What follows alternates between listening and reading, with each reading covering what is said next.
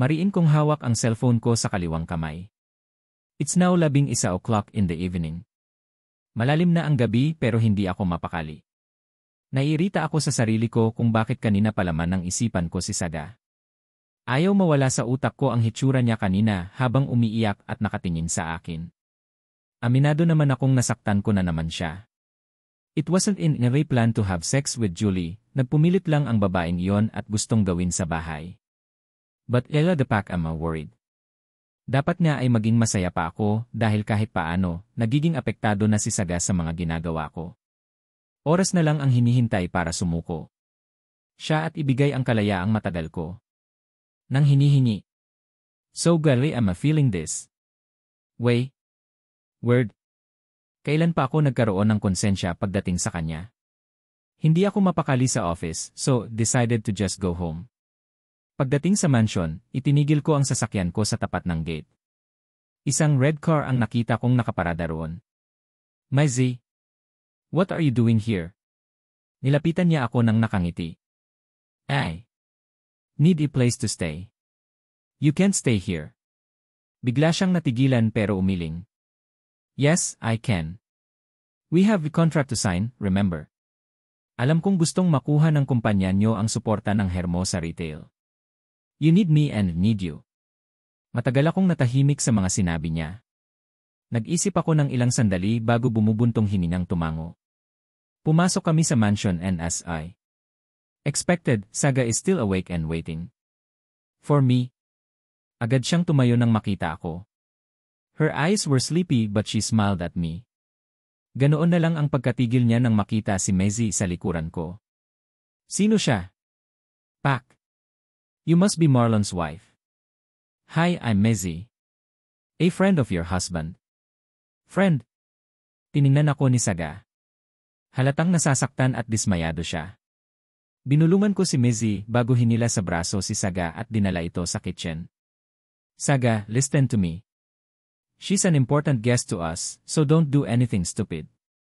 Stupid? Napabuga ako ng hangin. Nagkakamali ka ng iniisip. Hindi ko siya babae. Mataman niya akong tinitigan. Hindi siya nagsalita pero halatang hindi na naman maganda ang iniisip niya. Ipahanda mo kay Sita ang guest room. Dito siya matutulog ngayon gabi. Pero, Marlon, tinitigan ko siya ng masama na ikinatigil niya. Wala siyang nagawa kundi sumunod sa mga pinag-uutos ko. I can't mess this up. Mahalaga ito kay Mama kaya dapat ko itong makuha. I went to the poolside where Maisie was waiting. Natagpuan ko siyang yakap ang sarili niya dahil sa lamig ng gabi. Hinubad ko ang suot kong jacket at isinuot ito sa kanya. Ipapahanda ko ang guest room. Are you sure you don't want to stay in a hotel? No, siguradong doon ako unang hahanapin ng mga tao ni Daddy. Then are you okay sleeping in a guest room? She looked at me and smiled seductively. Mas okay sana akong sa masters. Bedroom ako matutulog right beside you. Umangat ang kamay niya at mapaglarong humawak sa bandang dibdib ko. Maisie. Binawi niya ito agad. I know. Your wife is here. Let's go inside. You're gonna froze to death if you stay here. Sandali ko siyang iniwan sa sala para puntahan sa itaas si Sita. Sinigurado kong maayos ang lahat para makuha na sa kanya ang kailangan. I can't blow this up. Narinig kong nakikipagkita na ang ng kalaban naming kumpanya kay Maisie. Siguradong magagalit si Mama kapag naagaw pa ito ng iba. Pagbalik ko sa baba, nagtaka ako nang makarinig ng mga sigaw mula sa kitchen. What the heck? Are you crazy? Naabutan kong sinampal ni Saga si Maisie. Sandali akong natigilan bago mabilis na nilapitan ang dalawa. Saga. Anong nagyayari dito? Iyan eh. Pulang-pula sa galit ang mukha niya nang ituro niya si Maisie. Namumuo na ang luha sa gilid ng mga mata niya. You bitch? How dare you do that to me? Don't you know who I am? Lumayas ka rito. Lumayas ka sa pamamahay ko. Bigla niyang itinulak si Maisie kaya malakas ko siyang tinabig sa balikat. I'm sorry. Are you okay? Agad kong inalalayan si Maisie nang kamuntikan na itong mawala ng balanse. Anong klaseng asawa ba mayroon ka? Teach her some manners, Marlon. Ugaling pusakal iyang babaeng iyan. Inis siyang umalis sa harap ko at lumabas ng mansyon. Matagal akong nagpigil ng galit bago binalingan si Saga na ngayon ay nakaupo pa rin sa sahig. Naluluha siya habang nakatingin sa akin. Gadamit! Wala ka na ba talagang gagawing maganda? Hindi mo ba kilala ang babaeng yon? She's a potential investor, Saga. We need her for the company for Pac's sake. Damn it! Damn it! Siya ang nauna, Marlon. Ininsulto niya ako at sinampal.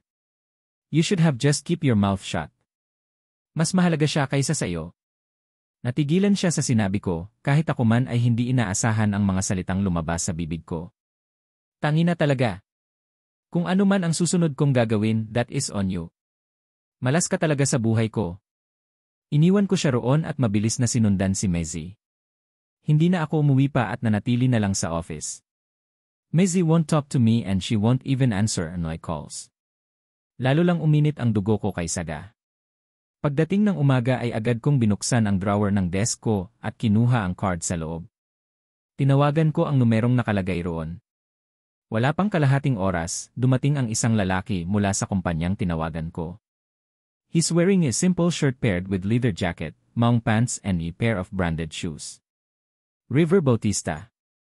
Nilahad niya ang kamay niya nang makalapit sa desk ko. Marlon Cordova. Have a seat. Nakangiti itong naupo sa silyang nasa harap ng table ko. He has a proud smile on his face. Matangkad ito at mukhang malinis sa katawan. Ewan ko lang kung ganito ang mga tipo ni Saga. Sir, alam mo ba kung anong klaseng kumpanya ang tinawagan mo? Alam mo rin ba ang mga ginagawa namin, particularly me? I deceived women for money. I seduced them for my own advantage. I leaned forward and gave him a nod. I'm fully aware of that.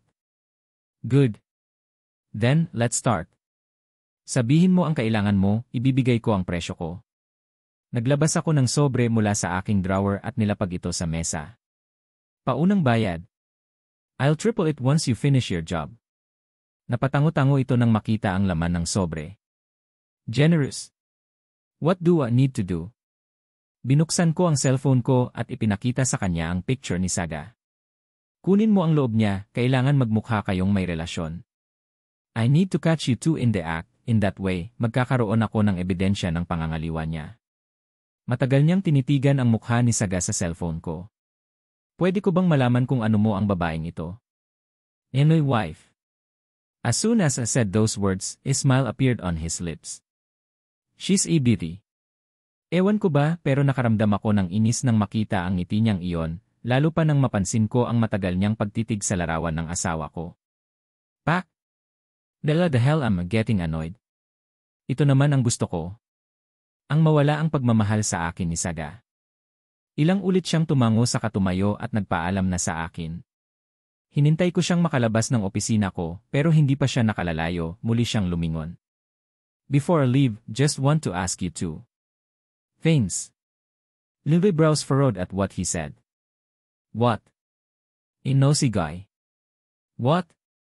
Bahagyan niyang tinaas ang hintuturo niya. First, why do you want to divorce your wife? That's a personal question, Mr. Bautista. Natawa siya. I'm sure you can tell me. Nagawa mo ngang iutos sa akin na akitin ang asawa mo. I grinned and let out a heavy sigh. Damn. This man. I want Lily freedom and I don't love her. Is that enough? Talaga? Tango lang ang itinugon ko. Nayayamot na ako sa gagong ito. Itinaas niya ang dalawa niyang daliri na nagpapahiwatig sa ikalawang tanong niya. Then why did you take a picture of her while she's sleeping? Itinuro niya ang cellphone ko sa ibabaw ng table. Natigilan ako. This guy is getting on my nerves. Ano bang pakialam niya? I'm pretty sure a man who's not in love won't do that. Oh well, people do crazy things. I'll go ahead. Matagal akong nakatulala sa kawalan matapos nitong umalis. Inis kong kinuha ang cellphone ko at tiningnan ang picture ni Saga na matagal nakasave sa gallery ko. I took this picture few days before she caught me cheating in my office for the first time. She was sleeping peacefully beside me. Bakit ko nga ba siya kinuna ng picture noon? Napabuga ako ng hangin bago binura ang larawan niya. Wala na rin naman silbi. Maghihiwalay na kami. Pagkatapos ng trabaho ay umuwi ako sa mansion. 8:00 pa lang noong mga oras na yon. I went straight to our room and found Saga sleeping soundly on our bed. Matagal ko siyang pinagmasdan. Inaamin ko, she's beautiful.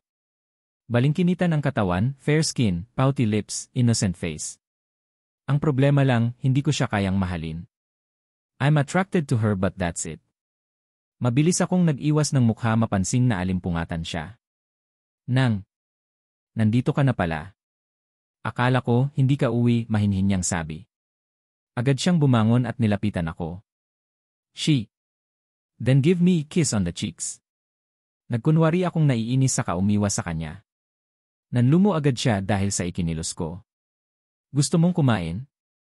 Ipaghahanda kita sandali ha? Huwag na. Umuwi lang ako para kumuha ng mga damit. Lumapit ako sa built-in cabinet namin at nagsimulang mag-impeke. Saan ka pupunta? Business trip. I'll be gone for 3 days. 3 days? 3 araw tayong hindi magkikita. Natigilan ako sa ginagawa dahil sa narinig. I looked at her and saw her sad face. Madali akong mainis sa kanya, lalo na kung pinapakita niya sa akin kung gaano siya kayakin. But that's not the case right now. Pity her. Kailangan kong ayusin ang gulong. Ginawa mo. Sa susunod na maulit pa ito, hihiwalayan na talaga kita. Mabilis na namasa ang gilid ng mga mata niya. I'm sorry, Marlon. Promise, hindi na maulit. Magbehave na ako. Sinubukan niyang kunin ang kamay ko, pero agad akong umiwas. Nang matapos sa pag-impake ay dumiretso na ako sa pinto. Marlon naman. Napahinto ako sa paglalakad nang marinig ang malungkot na boses ni Saga. Matagal akong nanatiling nakatalikod mula sa kanya. Pak! Get to your senses, Marlon. You can bang any woman you want. Just walk away and don't look back. Napabuga ako ng hangin at mariin na pumikit. Kahit anong pangumbinsi ang gawin ko sa sarili ko, dinaig ng init ng katawan ko ang isip ko. Hinayaan kong bumagsak sa sahig ang bag na dala ko sa kahinarap si Saga. Malungkot siyang nakatingin sa akin. Mabilis ko siyang nilapitan at hinalikan sa mga labi. Hindi siya tumanggi nang buhatin ko siya at ihiga sa kama. Kahit nang hubarin ko ang mga damit niya ay hinayaan niya lang ako. Damn it! Para akong uhaw na uhaw habang inaangkin ang mga labi niya. What the fuck is happening to me? Sandali akong tumigil sa paghalik sa kanya para maghubad ng damit. And I was in a way as watched her getting naked under me. Her big mountain are perfect with her thin body.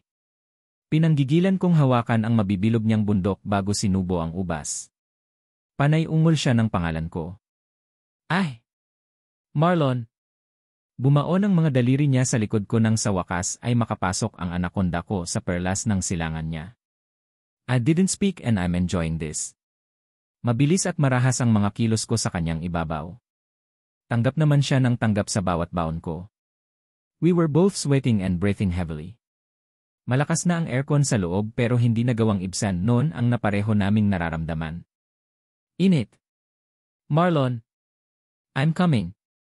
Muli kong inangkin ang mga labi niya sa narinig. God, her lips taste so sweet. Lagi siyang lasang strawberry. Siguro dahil ito ang paborito niyang prutas at madalas niyang kainin. Ilang baon pa at tuluyan ng sumabog. Pak! Sa sobrang sarap ng nararamdaman ko, nakalimutan ko nang hugutin ang anaconda ko. At iputok sa labas. Nagising ako kinaumagahan, tulog pa rin si Saga habang nakaunan sa braso ko. Mataman kong pinagmasdan ang natutulog niyang mukha. What the hell is happening to me? 2 taon akong nagtiis. Hindi ko siya madalas galawin dahil ayaw ko siyang mabuntis. Ayaw kong matali sa kanya habang buhay. Pero heto't pinunlaan ko pa ng similya ko. Nakatanggap ako ng text mula kay River. Binuksan ko ito at binasa. Nakasaad sa text na ngayong araw niya lalapitan si Saga. This is the reason why I decided to leave for 3 days. Hindi totoong may business trip ako. I lied because I want to give him this opportunity to get closer to my wife. Napatingin ako kay Saga sa tabi ko. Sandali akong nagdalawang isip. But Really am I having second thoughts? Ginusto ko ito kaya wala nang atrasan. I want Saga out of Ella life. Nagdesisyon akong lumabas para libangin ang sarili ko. Kung mananatili kasi ako sa bahay, maiisip ko lang si Marlon, ang mga sinabi niya kagabi at ang lahat ng mga nangyari. Pakiramdam ko, nasusuffocate na ako sa mansion. Parang kaunting problema pa, bibigay na ang puso ko. Pumunta ako sa ihi at doon ikot para mawala sa isip ko ang mga suliranin. Buong akala ko, okay na kami dahil sa nangyari sa amin. He was never passionate to me when we made love, not like last night. But when woke up this morning, wala na siya. Hindi man lang nagpaalam bago umalis. Ewan ko ba kung bakit mahal na mahal ko ang taong iyon. Wala na siyang ibang ginawa kundi saktan ako pero mahal ko pa rin siya. Parang ang wala ng ibang lalaki sa paningin ko kundi siya lang. Maraming tao sa paligid ko, pero kapag hindi ko kasama si Marlon, pakiramdam ko, nag-iisa lang ako. Saktan niya man ako ng paulit-ulit, siya pa rin ang nagmamay-ari ng puso't isipan ko. Nasunod mo ba ang mga payo ko? Bumuntong hininga ako sa tanong ni Jeffrey. Pinagluto ko siya at inasikaso kahit galit ako. Ako na nga ang nag-first move minsan, kaso iyon nga, nakagawa ako ng kasalanan. Diyos ko ka kasi. Bakit mo ba hinahayaan ang asawa mo na magdala ng babae sa pamamahay niyo? Katrabaho niya raw, alam mo naman kung gaano kaimportante ang trabaho sa mga Alcantara. Legacy ng pamilya ni tita ang kanilang negosyo. Bata pa lang si Marlon, he was trained to take over their company. Kaya kapag dinadahilan niya ang negosyo nila, wala akong nagagawa. Nakakaloka ka. Hindi ka lang martyr, mas malala ka pa ron. Nasaan ka ba? Ngayon? Ibinalik ko sa kinalalagyan nito kanina ang damit na natipuhan ko at bumaling sa ibang section. Mall. Namimili. Bumili ka ng lingerie. Iyong sexy. Pagbalik ng asawa mo, akitin mo. Napangiti ako ng matuon sa mga underwear ang paningin ko. Heto na nga, namimili na ako. Piliin mo iyong underwear na kita ang lips ng pampam mo. Iyong tipong mani mo lang ang matatago. Ang harot mo, Jeffrey. Ibababa ko na nga ito. It's jelly, hoy. Kaloka. Natatawa kong ibinaba na ang tawag at lumapit sa seksyon ng mga lingerie. Nag-init ang mga pisngi ko nang makita kung gaano ito ka-sexy. May maitatago pa ba rito? Kinilabutan ako nang maisip ang hitsura ko kapag sinuot ko tong mga to. Yan by God, can't wear this in front of him. Umiling ako nang maisip kung gaano kahilig si Marlon sa mga sexing babae. Kaya magustuhan niya rin ako kapag naging sexy ako sa paningin niya. Bumaba ang paningin ko sa sarili ko at napakagatlabi. Mahilig akong magsuot ng mga dress pero iyong hanggang talampakan ang haba at lagi kong tiniternuhan ng blazer or jacket. Boring nga kung tawagin ni Marlon ang paraan ko ng pananamit. Napangiti ako at kumuha ng ilang piraso ng mga lingerie. Iyong mas sexy kaysa sa normal na lingerie. Kumuha ako ng favorite kong color pati favorite color ni Marlon. Papunta na sana ako sa cashier pero natigilan ako sa napansin. Hindi kalayuan mula sa akin, nakita ko si Mezzy. Ang babaeng dinala ni Marlon sa pamamahay namin at nakaalitan ko. Kasalanan naman talaga niya ang nangyari noong gabing iyon. Sinabihan niya akong umalis ng mansion at iwan sila ni Marlon. Nag-init bigla ang ulo ko kaya sinagot ko siya. Then she started yelling at me and slapped me, kaya gumanti ako. Nahihiya akong nagbaba ng mukha. Should I say sorry? Ang sabi ni Marlon, importante siya sa company nila. Maybe, should. Palapit na sana ako sa babaeng abala sa pagtingin ng mga bikini nang matigilan na naman ako sa nakita. A man approached her from behind and hugged her. It was Marlon. Halos madurog ang puso ko nang makita kung paano ang dalawa. Malalim at punong-puno ng pagnanasa. Halos hindi mapaghiwalay ang mga labi nila. Kumalas sa halikan ang babae at may binulong sa asawa ko. Panay hagod at pisil naman si Marlon sa puwet at iba't ibang bahagi ng katawan nito. Napansin kong napangiti si Marlon sa binulong ni Mezzy bago nito hinila ang babae. Pumasok silang dalawa sa isang fitting room. Anong gagawin nila sa loob noon? Wala naman silang dalang damit. Nanikip ang dibdib ko nang maisip ang sagot sa sarili kong tanong. Tumalikod ako at naglakad palayo pero bigla ring natigilan. Alam kong hindi ako matatahimik. Kailangan kong makumpirma ang iniisip ko. Bumalik ako at mabilis na lumapit sa fitting room. Halata naman kung anong ginagawa nila, pero siguro masokista lang talaga ako. I want to hear it with my own ears, baka sakaling magising ako sa katotohanan. Kumawala ang mga luha ko nang marinig ang ingay sa loob.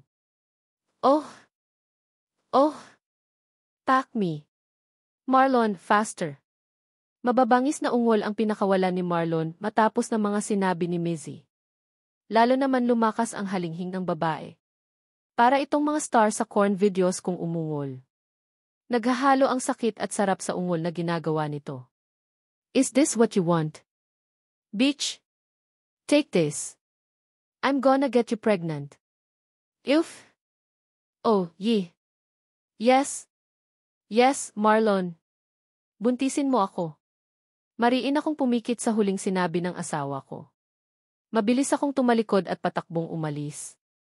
Nanginginig ang buong katawan ko habang umiiyak. Ako na asawa niya, ayaw niyang mabuntis pero gusto niyang buntisin ang ibang babae. Pakiramdam ko ay parang hinahalukay ang sikmura ko sa sobrang sakit. Para akong masusuka at mawawalan ng malay. He lied again. He lied to me again. Ang sabi niya, hindi niya babae si Mizzy. Ang sabi niya, may business trip siya. Pero kasinungalingan na naman ang lahat. Wala ako sa sarili nang lumabas ng mall at naglakad sa gilid ng daan. Pagod na akong masaktan. Ano bang mayroon sila na wala ako? Can't he love me? Tumawid ako ng kalsada kahit hindi pa red light. Panay tawag sa akin ang ibang tao, pero parang may sariling isip ang katawan ko. Nagpatuloy ako sa paglalakad hanggang sa makarinig ako ng sunod-sunod na busina ng mga sasakyan. Isang kotse ang mabilis na tumatakbo patungo sa gawi ko. Hindi ko alam ang gagawin at natulala na lamang ako roon. Buong akala ko ay masasagasaan na ako. Isinara ko ang mga mata ko. Hinayaan ko ang sarili na patuloy na tumayo roon at hinintay ang paparating na kotse. I just want the pain to go away. I want the hurting to stop. Ayoko na. Isang kamay ang humablot sa akin at sa isang iglap, nasa gilid na ako ng daan habang yakap ng mahigpit ng isang lalaki. How wished it was Marlon. Hiniling ko sa Diyos na siya kahit imposible. Sana siya pero ibang mukha ang bumungad sa akin sa pagmulat ko ng mga mata. Ayos ka lang? Anong ginagawa mo't nakatulala ka dito sa gitna ng daan? You almost got hit by a car. Nakikita kong maraming tao ang nasa paligid ko at may pag-aalalang nagtatanong sa kalagayan ko. Nanginginig ako sa gulat dahil sa nangyari kaya hindi ko sila nagawang pagtuunan ng pansin. Nagmagandang loob naman ang lalaking nagligtas sa akin kanina. Dinala ako nito sa pinakamalapit na coffee shop. Uminom ka muna, you look really shocked. Namumutla ka pa. Nilapag niya sa ibabaw ng table ang 2 tasa ng coffee. Salamat, tangi kong nasabi. Ano bang nangyari sa akin kanina? Bigla na lang akong nablangko at parang may sariling isip ang katawan ko. Nagpatuloy lang ako sa paglalakad na parang walang naririnig. Are you okay? Hindi ko napigilang hindi mapaluha habang tumatango dahil sa awa sa sarili. I really look pathetic right now. Talaga bang ganito na ako katanga dahil sa pagmamahal ko kay Marlon? Of course, you're not okay. Sige lang, ilabas mo lang iyan. What? Tiningnan ko ang lalaki habang umiiyak. Mas okay maglabas ng problema sa taong hindi mo kakilala, miss. Go ahead and see her. Isipin mong wala ako rito. Ngumiti siya nang magtama ang mga mata namin. Mabilis kong pinahid ang mga luha sa pisngi ko. I'm sure deep inside, he's laughing at me and mocking me. Nakakahiya na masyado. Tatayo na sana ako pero natigilan ako. Nang makuha ng isang flash ng ilaw ang pansin ko. Napatingin ako sa paligid, abala ang lahat ng tao at sa kanilang ginagawa. Hindi ko na lang binigyan ng pansin at tuluyan akong tumayo. Aalis ka na? Ayaw mo munang magpahinga? Hinabol ako ng lalaki kanina at pilit na pinipigilan. I'm fine. You don't look fine to me. Bigla siyang humarang sa harap ko kaya napahinto ako. Tahatid na kita. Where do you live? Pagod akong nagpakawala ng hangin. Pakiramdam ko, drained na drained ako ngayon. Isip ko, puso at katawan, pagod na pagod. Salamat na lang pero ayaw ko pang umuwi. Nilagpasan ko siya at nagpatuloy sa paglalakad. Hindi ko alam kung saan ako pupunta. Pakiramdam ko, kahit saan ako tumingin, si Marlon ang nakikita ko. Siya at ang babae niya. Sa lahat ng babaeng dumaan sa pagitan namin, doon sa Mizzy ako pinakaapektado. Siguro dahil nakikita kong mahalaga kay Marlon ang babaeng iyon. Sinabi na nga niya mismo, she's more important than me. Naramdaman ko na naman ang pag-agos ng mga luha sa mga pisngi ko. I'm such a crybaby. Simula bata pa ako, binibigay sa akin ng mga magulang ko ang lahat kasi kaunting problema lang, umiiyak agad ako. Hindi na sanay ang puso ko na masaktan. I am love-giving parents, relatives and friends. Pero sa lahat ng taong nagmamahal sa akin, isang pagmamahal lang ang gusto kong makuha, the husband's love. Naiinggit ako sa lahat ng mga babae niya. I wished I was them. Para kahit kaunting pagtingin, mabigyan niya man lang ako. What do I have to do to make him like me? Kahit kaunti lang, kahit limos lang. Tumigil ako sa paglalakad nang marating ang isang bridge. Nilingon ko ang lalaking nakasunod pa rin sa akin. Ever do you keep following me? Miss, look, hindi sa nakikialam ako, pero kung may binabalak kang magpakamatay. Please, don't do it, kasalanan sa Diyos iyang gagawin mo. Nagtaka ako sa narinig. Hindi ako magpapakamatay. Ha? Shit, akala ko magpapakamatay ka na. Humugot ako ng hangin bago ibinaba sa semento ang bag ko at naupo. Akala ko, maupo rin sa tabi ko ang lalaki. Nakahinga ako ng maluwag nang makita siyang tumatakbo palayo ng mabilis. Dinukot ko ang cellphone sa loob ng bag ko. Gusto ko sanang tawagan si Marlon. Gusto kong marinig ang boses niya. Gusto kong marinig ang mga kasinungalingan niya. Elvie, are you like this, Saga? Please, get over him. Hindi ka niya mamahalin. Umiyak na naman ako sa realisasyon na iyon. Alam ko naman, imposibleng mahalin ako ng asawa ko, pero hindi ko pa rin kayang sumuko. Kasal kami at akin na siya, kung papayag ako sa divorce, mas lalo akong mawawalan ng karapatan sa kanya. And I can't accept that. Never. Lahat ng gusto ko, nakukuha ko. And Marlon, hindi ko lang siya basta gusto, I love him with all of me. Kaya kong ipagpalit ang lahat sa pagmamahal niya. Nang mayroon ako para. Ang tanga-tanga mo talaga. How can you say that? He's not worth it, Saga, paulit-ulit kong pinagalitan ang sarili ko. Gusto ko nang iumpog ang ulo ko sa bakal at baka matauhan ako, kaso masakit. Huwag na lang. Here. Napasinghap ako nang magsalita ang lalaki kanina. Nakaupo na siya sa tabi ko at may inaabot sa akin na chicken sandwich at soft drink. Alam mo, mas mabuti pang umiyak ng busog kaysa umiyak ng gutom. Paano mo nasabing gutom ako? Ang payat-payat mo, oh. Ginugutom mo siguro ang sarili mo. Malungkot akong tumango sa sinabi niya.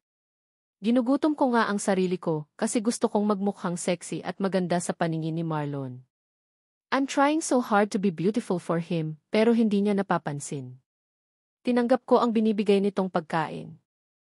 Thank you. Binuksan ko ang sandwich at nagsimulang kumain. Nakatingin lang ako sa malayo, panay tulo pa rin ang mga luha ko habang umunguya. Kakaiba ka talaga. Ikaw lang ang nakikita kong umiiyak habang kumakain. Hindi ko pinansin ang sinabi ng lalaki. Istorbo sa pag-i-emote ko itong taong ito. Hindi ko na dapat tinanggap ang sandwich niya. Hindi ako umalis sa pagkakaupo ko sa bridge at ganoon din ang lalaki sa tabi ko. Ewan ko kung anong trip niya, but just let him. He kinda looked harmless naman. Noong oras ng lunch at snack time sa hapon, bumili rin siya ng pagkain at pinagsaluhan namin. Don't pity I'm eating with a stranger, pero siguro kailangan ko rin ng makakasama at makakausap ngayon dahil kung hindi, baka nga tumalon na ako sa tulay na ito. He's a savior after all. I don't have to fear him. Maraming salamat sa mga pagkain at sa pagsama mo sa akin. Uwi na ako. Tumingin ako sa papalubog na araw bago ngumiti sa kanya. Ihahatid na kita. Mabilis siyang tumayo. Huwag na. But insist. Maggagabi na at babae ka pa naman, maganda pa. Natigilan ako sa huling sinabi niya. Ganito ba talaga ka-vulgar itong lalaking ito? He's kinda creepy. I mean it maganda ka kaya baka mabastos ka pa dyan sa tabi. Ihahatid na kita. Napakamot ako sa noo dahil sa pagpupumilit niya. May wheels ka ba? Natigilan siya at nahihiyang nagkamot ng ulo. Ha? Mayroon. Pero dalawa lang ang gulong. Ha? Motorbike. Natawa ako sa narinig. Kaya pala dalawa lang ang gulong. May dala akong kotse, say he. Di sabay na lang ako. Matagal ko siyang tiningnan sa narinig. Ayos din itong lalaking ito. Ang galing magpatawa. Huwag na. May iwan mo pa ang dalawang gulong mo. No, I insist. Sasabay na ako. Kinindatan pa niya ako bago nagbigay ng daan sa akin. Natawa na lang ako. Sino ba ang maghahatid kanino?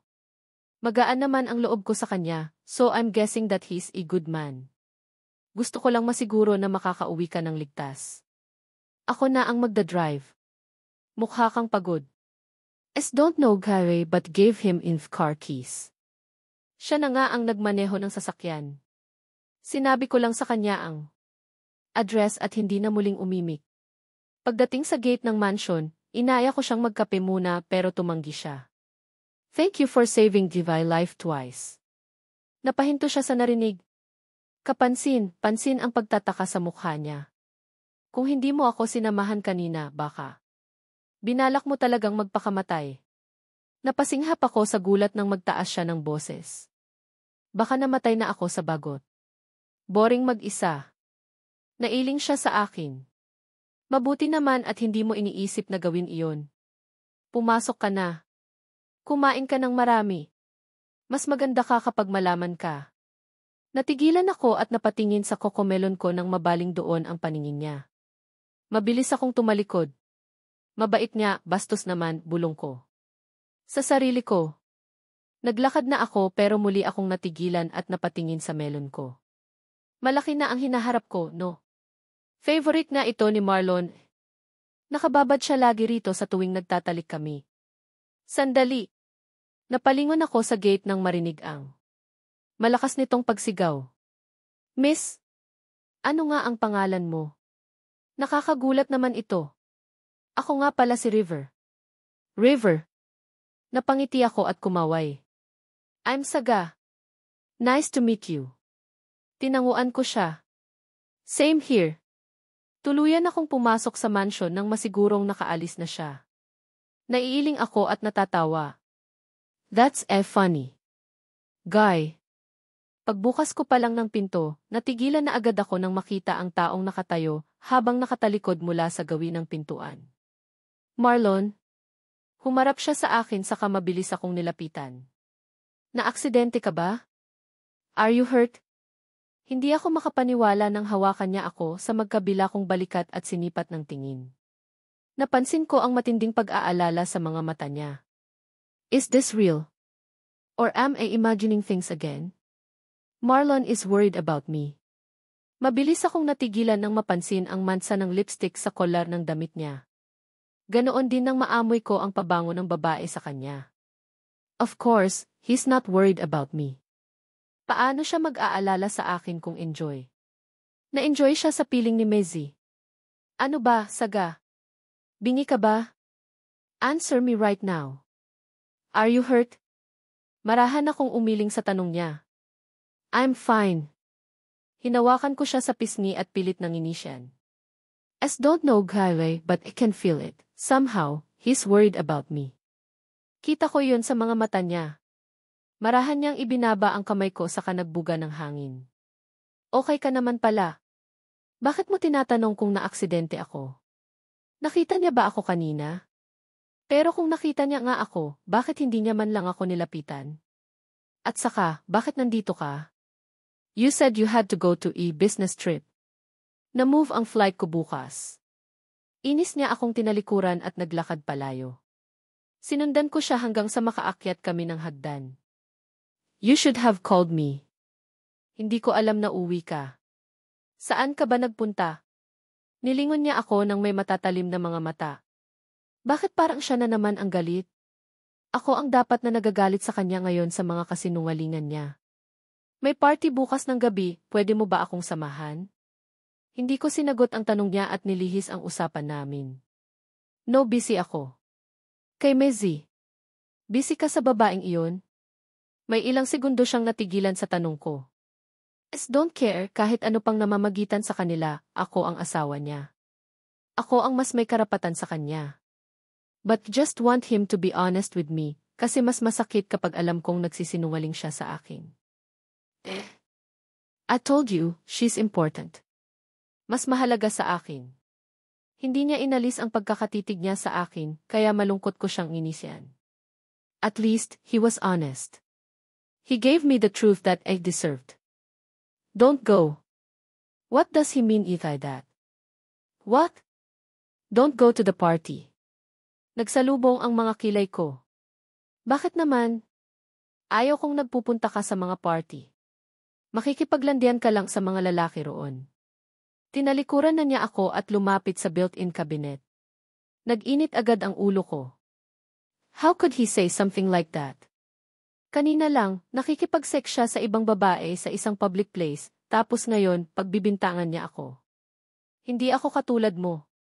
Napatigil siya sandali pero nagpatuloy pa rin sa ginagawa. Matapos mag-impake ng ilan pang damit, iniwan na naman niya ako nang walang paalam. Nanghihina kong minasahe ang dibdib ko. Nahihirapan akong huminga dahil sa pinaghalo-halong sakit at matinding inis. Hindi ko natiis. Mabilis akong lumabas ng kwarto at kumuha ng alak sa wine cellar ni Marlon. Nagpakalasing ako noong gabing iyon. Kinaumagahan, agad akong umalis ng mansyon at nag-ikot-ikot sa labas. Masusuka lang ako kapag nanatili ako sa kwarto namin. Maaalala ko ang lahat ng panggagago sa akin ni Marlon. Hindi ko alam kung bakit dinala ako ng mga paa ko sa coffee shop kahapon. Naupo ako sa harap ng isang table sa labas at nagpahangin. Gusto ko sanang umorder ng coffee para mainitan ang tiyan ko. Pero nang mabaling ang paningin ko sa pintuan ng shop, nakita kong nakatayo roon si River at nakatingin sa akin. Hey! Kinawayan niya ako. Kumaway rin ako sa kanya. Anong ginagawa mo rito? Don't tell me, you're following me. Natawa siya bago lumapit sa akin at naupo sa katapat kong silya. Your smile looks brighter today, pero malungkot pa rin ang mata mo. Mariin kong pinaglapat ang mga labi ko bago tumingin sa coffee shop. Ayaw kong isipin ngayon ang mga problema ko. Talagang masisiraan na ako ng bait. You don't look like you work here. But, I think, you're not customer also. So, bakit ka nandito? This is mine, actually. Really? You own a coffee shop. Parang wala naman sa hitsura mo ang mahilig magkape. Don't judge a book by its cover. I'm a coffee addict. At saka, pastime ko lang ito, iba talaga ang trabaho ko. Anong trabaho mo? Napansin kong natigilan siya sa tanong ko. Ngayon na nakatitig na ako sa kanya, saka ko lang napansin ang mukha niya. Malinis siya sa mukha, halatang maalaga sa katawan. Mapungay ang mga mata niya at may maninipis na mga labi. He looks like a playboy. Sakit ulo rin siguro ito ng asawa o girlfriend nito. Wanna work here? I blinked couple of times. Work? Here? Napatingin ako sa coffee shop niya. Tinanggihan ko ang magtrabaho sa company namin because decided to give the full attention to Marlon. Kaya kahit ang profession ko at pangarap, isinuko ko na rin. Para makalimutan mo ang mga problema mo. Napangiti ako. Tingin mo, makakalimutan ko ang problema ko kapag nagtrabaho ako rito. Naman. You need to keep yourself busy so you won't think of your problems. Ganoon kadali. Ano? Wanna get hired? Napaisip ako sa mga sinabi niyang iyon. Sa bagay, may point siya. Kung mananatili lang ako sa bahay, siguradong iisipin ko oras-oras ang mga panloloko sa akin ni Marlon, kung sinong mga kasama niya, nasaan siya at kung ano-ano pa. I need something to distract myself. Okay, let me give it tears. Magtatrabaho ako to keep myself busy and to avoid thinking about him. Baka kapag natuon sa ibang bagay ang atensyon ko, unti-unting mawala ang letsing pagmamahal kong ito sa kanya. Ito rin naman ang gusto ni Marlon, ang mawala ako sa paningin niya. Ayaw niya na palagi akong nakikita. Naaalala niya kasi na hindi na siya malaya. Tinuruan ako ni River kung ano ang mga gagawin sa coffee shop. Paano kunin ang order ng customer, paano maghanda ng order at kung anong gagawin kapag wala ang cashier. Madalas daw kasing wala ang cashier niya dahil part-timer lang ito. So most of the time, it will just be me and him. Nakangiti ako habang naghahanda sa harap ng full-length mirror. It's exactly 6 oras 30 minuto in the evening. Malapit na akong matapos sa pagbibihis for the party. I had fun today with River. Hindi ko naisip na magiging masaya pala ang pagtatrabaho sa isang coffee shop. Who would have thought? Akala ko, simpleng bagay lang. Nakalimutan ko na little things matters. Pagsapit ng 7:00 ng gabi, nagpahatid na ako sa driver namin sa birthday party ng father ni Zian Ortiz. He's one of Marlon's best friends. Magkakilala sa business industry ang mga magulang namin kaya kahit hindi pupunta si Marlon, tutuloy pa rin ako. I gave the invitation card to the securities at the entrance after arrived to the Ortiz mansion. Marami ng tao sa loob kaya nakaramdam agad ako ng kaba. It's a very first again going to a party, pero mag-isa pa ako. Naturingang may asawa na parang wala. Napangiti ako nang makita si Tanya sa hindi kalayuan. She was talking to the girl na hindi pamilyar sa akin. I decided to approach her. Saga, long time no see. Glad to see you here. Nagbeso kaming dalawa at pagkatapos, ipinakilala niya ako sa babaeng kasama niya. According to Tanya, the girl's name is Wena. Her friend. Nasaan si Dylan? Hindi ko yata nakikita. He's with his friends. Akala ko nga hindi ka napupunta. Ang sabi ni Marlon, masama raw ang pakiramdam mo. Sandali akong natigilan sa narinig. Marlon's here. Yeh, you didn't know. Natahimik na rin siya nang mapagtanto ang nangyayari. I just smiled at her to brush it off, pero nang mapansin kong nakatingin siya sa likuran ko habang puno ng pag-aalala ang mukha. Nagdesisyon akong lumingon. There, I saw my own husband talking and laughing with his friends. May kasama itong babae. It was Mizzy. Again. Nakapulupot ang kamay ni Marlon sa baywang ni Mizzy at paminsan ay marahan pa nitong hinahagod ang likod ng babae.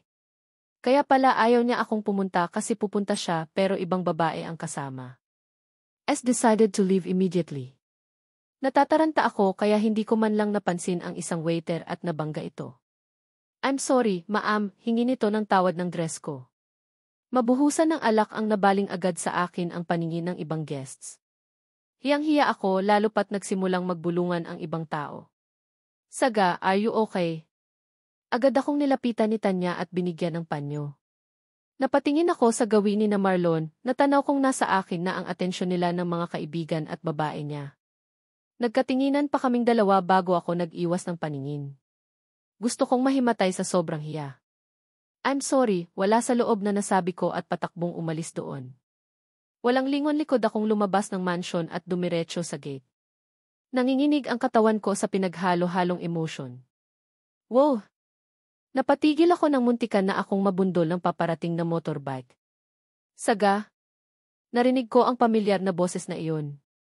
Tinanggal ng driver ng motorbike ang helmet nito at bumungad sa akin si River. Ang liit talaga ng mundo. Anong ginagawa mo rito? Nilingon ko ang mansion at natigilan nang makitang lumabas ng pinto si Marlon at parang may hinahanap. Mabilis akong lumapit kay River. Take me away from here.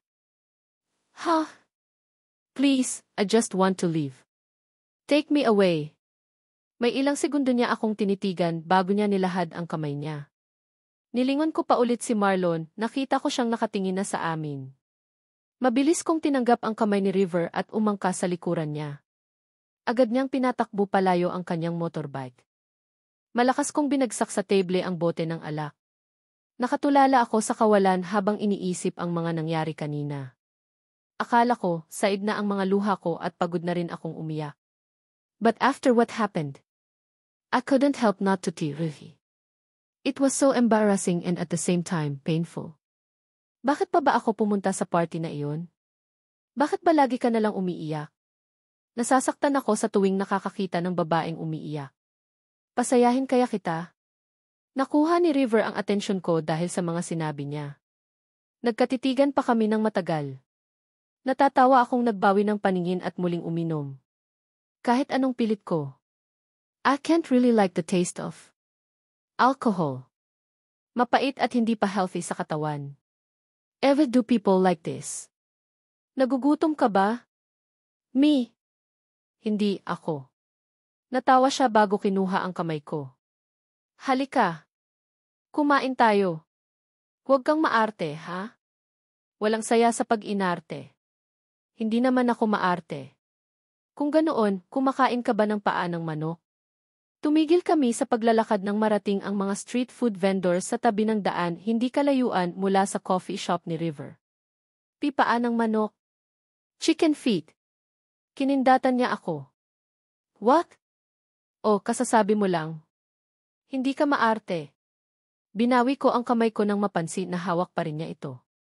Hindi ako maarte, pero hindi ako kumakain ng mga pagkaing hindi ako pamilyar. Ngayon, kakain ka na. Kumuha siya ng 2 stick ng chicken feet at saka inabot sa akin ang isa.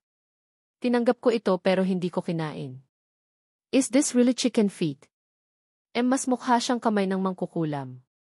Pinagtawanan ako ni River sa sinabi ko. Nang mapatingin ako sa kanya, natigilan ako nang makita kung paano niya kinain ang chicken feet nang walang kahirap-hirap. You really like it, huh? It's delicious. Come on, Saga, eat up. Pumikit ka na lang kung natatakot ka sa hitsura. Pagkatapos niyang maubos ang 2 chicken feet, ay kumuha pa siya ng iba pang binibenta roon. Marami kang mapagpipili ang pagkain dito. The best itong ulam sa hapunan. May isaw, atay, ulo ng manok, dugo ng baboy. Mariin akong lumunok sa huling sinabi niya. Please, I can eat the rest, but not the blood. Masarap ito. Nilapit niya sa mukha ko ang stick ng pork blood kaya bigla akong napaatras. No, I don't eat pork. Dugo ito, hindi pork. Hinampas ko siya sa braso sabay tumawa. Dugo pa rin ang baboy iyan. Sige na nga. Ito na lang mga ulo ang kainin mo. Kinindatan niya ulit ako bago inabot ang mga isaw at atay. I tried eating the chicken feet. I couldn't eat it with my eyes open, so followed his advice. Kinain ko ito habang nakapikit. This actually tastes good, but I won't go for another round. I'll have the atay and isaw na lang. Natatawa niya akong hinila patungo sa loob ng karinderya matapos umorder ng mga ulam. Binigyan kami ng tig, 2 order ng rice at maraming isaw, atay, paa at ulo ng manok, skin at barbecue. Oh, di ba? Nasarapan ka. Pero masyadong marami itong kanin. Masanay ka na. Kapag ako ang kasama mo, patatabain kita. Huwag kang mag-diet-diet. Mas maganda ka kapag malaman iyang pisngi mo. Pilyo niya akong minisyan. Ewan ko sa iyo. Nagpatuloy kami sa pagkain at inubos ang lahat ng in-order niya. I'd be honest, ngayon lang ako kumain ng ganito karaming rice at ulam. Nasira ang diet ko. Huwag mong isipin iyang timbang mo. Maikli lang ang buhay, bakit mo pahihirapan ang sarili mo sa pagda-diet? Because it's important to have a healthy body. Ikaw. Bakit ka nagpapagwapo? Hindi ako nagpapagwapo, ipinanganak akong gwapo. May bagyo ba ngayon? Ang hangin ay Nagtawanan kami sa sinabi ko. Nasa gilid kami ng daan at pabalik na sa coffee shop niya. Masarap at malamig ang ihip ng hangin. Maganda rin ang kalangitan na puno ng mga bituin. Alam mo kasi, I need to stay fit and beautiful for my husband. Imagine. Ganito na ako kaganda pero kahit kaunting pagtingin, hindi ako mabigyan ng asawa ko. What more pa kaya kung pabayaan ko ang sarili ko? Tumigil siya sa paglalakad at humarap sa akin. You're starving yourself for him? I smiled and nodded. I would do everything to make him love me. Natigilan ako sa pagsasalita nang makarinig ng pamilyar na kanta. Natuon sa malayong shop ang paningin ko kung saan nanggagaling ang musika. Do you like that song?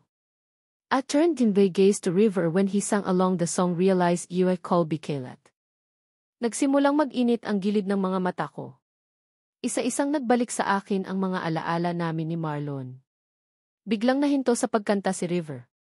Binalot ng pag-aalala ang mukha niya. Oh, bakit ka umiiyak? That's our song.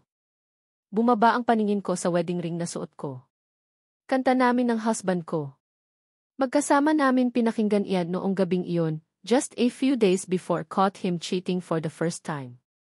Nagsimulang umalog ang mga balikat ko habang inaalala ang gabi kung kailan niya pilin ay ang kantang ito habang nakahiga kami sa kama. He even took a picture of me when he thought I was sleeping. Naramdaman ko na lang ang pagyakap sa akin ni River at paghagod nito sa likod ko. Sige lang, iiyak mo lang. And he did. I cried non-stop while thinking of Marlon and how he continuously lying and cheating on me. Hanggang kailan ba kakayanin ng puso ko ang lahat ng sakit? Bumalik kami ni River sa coffee shop niya at doon nag-usap. I told him about everything about me and Marlon. I was supposed to get married to Zian, but refused to kasi iyong kaibigan niya ang gustong-gusto ko. Si Marlon. Halos magmakaawa ako kina mommy at daddy noon just to let me marry him. When they did, they offered our business to the Alcantara Ampersand Cordova family, just to get Marlon to marry me. You can say that we bought him, at pumayag naman siya. Inabutan ako ni River ng tissue. Tinanggap ko ito sa kanagpunas ng mga luha. He was so sweet back then. Mahal niya ako, I felt it masaya kami at madalas pang ang lumabas para mag-date, pero napapansin kong umiiwas siya sa akin habang tumatagal. Then caught him cheating pagkatapos mamatay ang papa niya.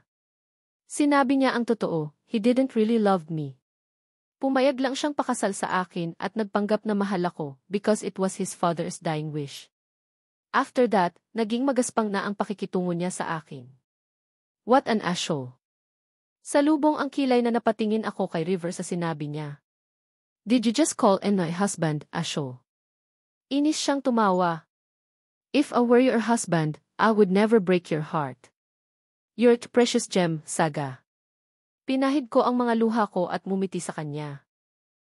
Thank you. At least, someone appreciated my beauty. Kinuha niya ang kamay ko sa kapinatayo ako. May pinindot siya sa cellphone niya, ilan sandali pa ay nag-play na ang isang banayad na musika sa malaking speaker sa loob ng shop niya. Let's dance. Sayang naman itong suot natin. Napatingin ako sa kasuotan namin dahil sa sinabi niyang iyon. Suot ko pa rin ang nightgown ko, siya rin, black suit pa hanggang ngayon. We started to dance slowly along with the sweet music. Hindi ko pa pala na itatanong kung bakit siya nandoon sa party na iyon, pero bago ko pa man maitanong, naunahan na niya akong magsalita. Gusto mong bawian ang asawa mo? Bawian? What do you mean? He smiled at me at the hill. Pakita natin sa asawa mo kung ano ang sinasayang niya. Sasagot sana ako, pero nakuha ang atensyon ng may biglang mag-flash na light mula sa labas. Ano iyon? Hindi ko na nagawang lumingon ng mabilis na nagsalita ulit si River. Ilaw lang iyon galing sa dumadaang mga sasakyan. Well, papayag ka ba? I'll help you. Paano? Let's give you makeover. Bumaba ang paningin ko sa sarili ko. I know I'm not the prettiest, but am I that ugly to need to have a makeover? May problema ba sa akin? You're beautiful, Saga. Believe me, kung ako lang, pakakasalan kita sa lahat ng simbahan, pero ibang usapan ang asawa mo. For him, siguradong. Hindi pa pasa ang pananamit mo, medyo old. Or let's say, boring. Matagal akong natahimik. Muling nagbalik sa akin ang eksena kanina sa party. Kung paanong proud na dinala at inakbayan ni Marlon si Maisie. Nahihiya ba siyang kasama ako kaya hindi niya ako magawang isama sa mga party? Siguro nga. Baka nga kinakahiya niya ako kasi hindi ako maganda at sexy katulad ng mga babae niya. Can you make me beautiful? I asked River. He winked at me. Let's make him regret not loving you. Malutong na mura ang pinakawalan ko habang naghihintay ako sa sala ng mansyon. Mula kagabi, hindi pa umuwi si Saga. I've been waiting for her since last night. Pak! Saan ba nagpupunta ang babaeng iyon? Sita! Tarantang lumabas mula sa kusina si Sita at patakbong lumapit sa akin. Ano? Hindi pa ba sumasagot ang maam mo? Kabado siyang umiling. Hindi pa, sir. Ring lang ng ring ang cellphone ni maam. Nag-aalala na nga po ako. Paano kung may nangyari na sa kanyang masama? Nailing ako sa sinabi niya. Alam kong maingat ang babaeng iyon, kaya hindi siya gagawa ng ikapapahamak niya. Sir Marlon, bakit hindi niyo kaya tawagan? Baka kapag kayo ang tumawag, sagutin ni maam. Inis ko siyang sinenyasan na umalis na. Ayaw kong tawagan si Saga dahil baka isipin pa niyang nag-aalala ako sa kanya. Napauwi na nga ako kahapon nang wala sa oras dahil akala ko na aksidente siya. Pack that photographer. Dinampot ko ang baso ng alak at inisang lagok ang natitirang laman nito. May binayaran akong photographer na palihim na sinusundan sina Saga at River para kunan ang lahat ng kilos nila. Kapag may nakuha akong sapat na ebidensya na nagpapakitang may relasyon ang dalawa, I'll divorce her. Immediately. Nasabi ko na ito kay River at alam na niya ang mga gagawin. Mabilis kong dinukot ang cellphone ko nang mag-beep ito. Napamura ako nang makitang hindi galing kay Saga ang text message. Tangina! Nasaan na ba ang babaeng iyon? Binuksan ko ang message mula sa numero ng inard kong photographer. Ang sabi niya ay may karagdagang photos siyang ipapadala sa akin. Nakunan niya raw kagabi. Naalala ko tuloy bigla ang nangyari kagabi sa party. Damn it! Really did she have to go to that packing party? Sinabihan ko na siyang huwag dumalo. Binuksan ko ang email ko at hinanap ang ipinadalang mga litrato. Isa-isa kong tiningnan ang mga larawan ni Saga kasama si River. Bitch! Elwe grip tightened as I browsed her pictures. Mukhang sayang-saya siya kasama ang ibang lalaki. She even go with him to eat chicken barbecue. What a slut! Natigilan ako sa huling dalawang picture na ipinadala sa akin. Ang isa ay kuha kung saan magkayakap sina Saga at River, at ang huli, kuha nang pumasok sila sa hotel. Hotel? Damn that cheap whore! Bumigay agad sa lalaking kakakilala lang niya. Padabog kong ibinaba sa mesa ang cellphone ko. Saktong bumukas ang pintuan ng mansyon at pumasok si Saga. Natulala ako nang makita ang ayos niya. She's wearing a dress, but it wasn't the usual dress she always wore. Sleeveless dress yon na hanggang hita niya lang ang haba. Tangina! Bahagya pang kinulot ang buhok niya at may makapal na makeup sa mukha. Ilan sandali akong hindi nakakilos bago nagawang magsalita. Where have you been? Kahapon pa kita hinihintay umuwi. Hindi siya sumagot sa tanong ko at nanatili lang na nakatayo habang nakatingin sa akin. Inis ko siyang nilapitan. Muli na naman akong natigilan nang makita ang maamo niyang mukha sa mas malapitan. Natatakpan yon ng makapal na kolorete. And what's with that look? Kailan ka pa natutuong magsuot ng maikling damit? At ano ito? Ang kapal ng makeup mo. Hindi pa rin siya sumagot. Nakatitig lang siya sa akin, kaya medyo nakonsensya ako, pero nang maisip si River at ang ginawa nila, biglang nag-init ang ulo ko. It's only been what? A couple of days. Since she met him, yet ito na agad ang nangyayari sa kanya. Bingi ka ba? Bakit ayaw mo akong sagutin? Umakto akong natatawa. Hindi ka umuwi mula kagabi. Well, nakipagkita ka sa lalaki mo. Kaya siguro ganyan ang suot mo. Hindi makapaniwalang tiningnan niya ako. Alam kong inis na siya sa mga pinagsasabi ko, but the hell care. Ako ang dapat na magalit sa kanya. Kaya ba ayaw mo akong pumunta sa party because you had other plans? Natigilan ako sa narinig. Damn it! Hindi ko talaga alam na pupunta siya sa party na iyon, at mas lalong hindi ko alam na pupunta rin si River. If only I knew, I wouldn't bring my Z to that packing party. It's not what you think. Oh, talaga? I don't care anymore. Marlon. Nilagpasan ako pero mabilis ko siyang pinigilan. Wala lang iyon. Just brought her to that party to let them meet her. Magiging business partners natin ang Hermosa Retail. Bakit ka ba nagpapaliwanag? Hindi ba dapat maging masaya ka pa? Natahimik ako nang makita ang inis niyang mukha. Kadalasan ay umiiyak lang siya kapag nagtatalo kami, lalo na kapag tungkol sa babae. But now there's something about her that changed. Wala na akong pakialam kahit sino pa ang kasama mo o ano ang gawin niyo. Pero sana nagsasabi ka sa akin ng totoo para hindi ako nagmumukhang tanga. Malakas niyang tinabig ang kamay ko. Matagal kaming nagkatitigan dalawa. Hindi ako sanay na ganito si Saga sa akin. Marahas akong nagbuga ng hangin.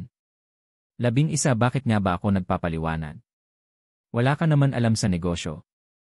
Gawaing bahay lang ang alam mo. Tinalikuran ko siya at mabilis na kinuha ang cellphone at susi ng kotse ko sa ibabaw ng coffee table, pero nagsalita siya muli kong ikinatigil. I saw you. Nilingon ko siya. What? I saw the two of you in a clothing shop. Malungkot niya akong minisyan. You were having fun with her inside the fitting room. Masarap ba siya? God damn it. Nakita niya kami ni Maisie. Nag-enjoy ka ba? Nakangiti pa rin siya sa akin pero umaagos na ang sa mga pisngi niya. Luha. Iyak na naman? Pwede ba, Saga? Na. Alam ko naman, sawang-sawa ka na, sukang-suka ka na sa akin. 11 mabilis niyang pinahid ang mga luha niya. Bagay kayo. I swallowed hard. Bakit parang naapektuhan ako sa mga pinagsasabi niya? Wala naman akong pakialam noon kahit masaktan pa siya. You two look perfect together. Kung maghihiwalay man tayo, I want you to end up with her. She can give you the things I couldn't. Tinalikuran na niya ako at tuluyang umakyat sa hagdan. I was left dumbfounded with her words. Maaga akong umalis ng opisina para makauwi sa mansion, pero pagdating ko rito, sinalubong ako ng nakabibinging katahimik. I was so used to Saga's presence every time got home. Minsan, nasa gate pa lang ako, nakatayo na siya sa bungad ng pintuan at nakangiting naghihintay sa akin. Pero ngayon wala siya. Pumasok ako sa kusina. Natagpuan ko sa loob si Sita, abalang nagluluto. Nasaan ang maam mo? Ay! Ikaw pala, sir. Hindi pa po umuwi si maam. Talaga? Kailan pa siya umalis? Kaninang umaga ho. Nagsalubong agad ang mga kilay ko sa narinig. Kaninang umaga pa. Opo, sir. Mabilis akong umakyat sa kwarto at dumiretso sa built-in cabinet namin. Nakahinga ako ng maluwag nang makitang naroon pa ang mga damit ni Saga. Pak! Ano bang nangyayari sa akin? Buong araw sa trabaho, wala ang focus ko. Puro si Saga na lang ang laman ng isipan ko. Nakakainis naman kasing babae yon. Tangina, napakalandi. Binigyan lang ng atensyon ng isang lalaki na wala na sa sarili. Kung saan-saan na sumasama. Wala siyang pinagkaiba sa mga babaeng na ikakama ko. Napakadaling makuha. Inis kong niluwagan ang pagkakatalinang nekti ko. Magpapalit na sana ako ng damit pero narinig ko ang malakas na boses ni Sita mula sa baba. Maam! Nakauwi na pala kayo. Tapos na ang niluluto ko at maghahanda na lang sa mesa. She's home. Agad akong lumabas ng kwarto namin at bumaba. Saan ka ba nanggaling? Dumagundong ang malakas kong boses sa buong mansion. Napatingin sa akin si Saga. Maaga kayatang umuwi. And you're late? Saan ka galing? Sa mga lalaki mo. Mukha ba akong galing sa mga lalaki? Inis niyang tinaas ang mga shopping na bitbit niya nang makapasok siya ng kwarto namin. Saka ko lang napansin ang mga yon. Pati ang suot niyang damit ay nakuha rin ang atensyon ko. Short skirt and fitted blouse. Nakaipit ang buhok niyang kinulot at ngayon ay may kulay na rin. Damit! Alam mo bang mukha kang iye dyan sa suot mo? Natigilan siya at hindi makapaniwalang lumingon sa akin. Are you hearing yourself? Ganito magdamit ang mga babae mo, di ba? So, sinasabi mong sila. Pagalit niyang binaba sa luxury sofa ang mga shopping bags na dala niya sa kamuling lumabas ng kwarto. Pinakukulo talaga ng babaeng ito ang dugo ko. Para akong sasabog sa galit ng dahil sa kanya. Sumunod ako sa dining room. Nagsimula kaming kumain ng hapunan nang hindi nag-uusap. Noon kapag galing ako sa opisina, panay kwento siya sa akin ng mga walang silbing bagay. Maasikaso rin at malambing. Pero ngayon, ni hindi man lang niya ako magawang tingnan. God damn it! Nasa kalagitnaan pa lang ako ng pagkain ko, nauna na siyang natapos. She didn't even bother to wait for me. Umakyat agad siya sa kwarto at iniwan kay Sita ang lahat ng trabaho. Noong oras naman ng pagtulog, nasa higaan na ako pero siya, panay paganda pa rin sa harap ng salamin. Naiinis na ako. Will you stop that? What? Nahimigan ko siya inis sa boses niya. That? Bakit ka ba nagpapaganda? Don't worry, hindi naman ako nagpapaganda para sa'yo. Nakuha niya ang atensyon ko sa sinabi niya. Halos pumutok ang ugat sa noo ko dahil sa galit. At kanino ka nagpapaganda? Sa ibang lalaki. Padabog siyang tumayo. Napakarumi talaga ng utak mo. Nagpapaganda ako para sa sarili ko. Galit siyang lumapit sa kama at humiga ng nakatalikod mula sa akin. Matagal akong nanatiling nakatitig sa likod niya. Tangina naman. Kahit goodnight kiss ko, wala na rin. Hindi iyon ang una at huling beses na ginawa iyon ni Saga. Tuwing umuwi ako mula sa office, wala siya. Late na nga kung umuwi, maaga pa umaalis. Dahil sa binayaran kong photographer, nalaman ko ang totoong rason kung bakit parating wala siya sa bahay. Crap! Nagtatrabaho siya sa isang coffee shop. Nasisiraan na ba siya ng ulo? Inis kong binura ang mga larawan na natanggap ko. 10:00 na ng gabi nang magdesisyon akong umuwi. I'm expecting that Saga is home already. Lagi namang 8:00 ang uwi noon. Tinalo pa ako na ng isang malaking kumpanya. Where Saga, bungad ko kay Sita nang salubungin ako nito at kinuha ang mga gamit ko. Si Saga dapat ang gumagawa nito. Wala pa po, sir. Uminit agad ang ulo ko sa narinig. Puta! Mabilis akong dumiretso sa private bar ng mansion at uminom ng alak. Tinawagan ko na rin si River dahil hindi na ako makatiis sa paghihintay. Oh, Marlon Cordova. Napatawag ka. Are you with her? What? Who? Napapikit ako nang makaramdam ng matinding inis. Is my wife with you right now? Ah, si Saga? Yeah, she's with me. Nasaan kayo? Ellie, do you wanna know? Sandali akong natahimik sa tanong niya. Damn it. Just fucking tell me where you are. Mahina siyang natawa sa kabilang linya. You don't need to know, Mr. Cordova. Don't worry, I'm doing every job right. You just wait and soon, I'll be able to take her heart. Nanginig ang kamao ko nang ibaba niya ang tawag pagkatapos sabihin ang mga salitang iyon. Malakas kong binato ang hawak kong baso. Damn you, River!